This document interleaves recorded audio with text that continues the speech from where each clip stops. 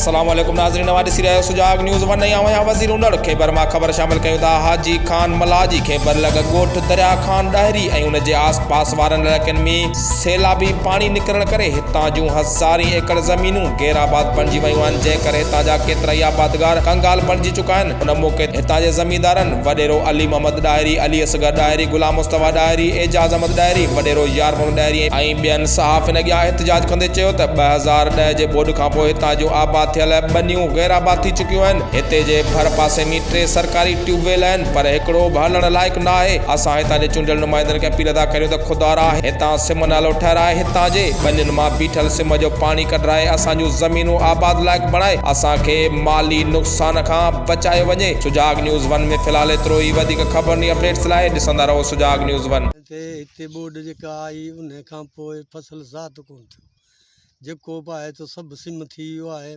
महिरबानी खपे हुकूमत जी त असांखे हिकिड़ो सिम नालो कढी ॾियनि त वॾी महिरबानी उन्हनि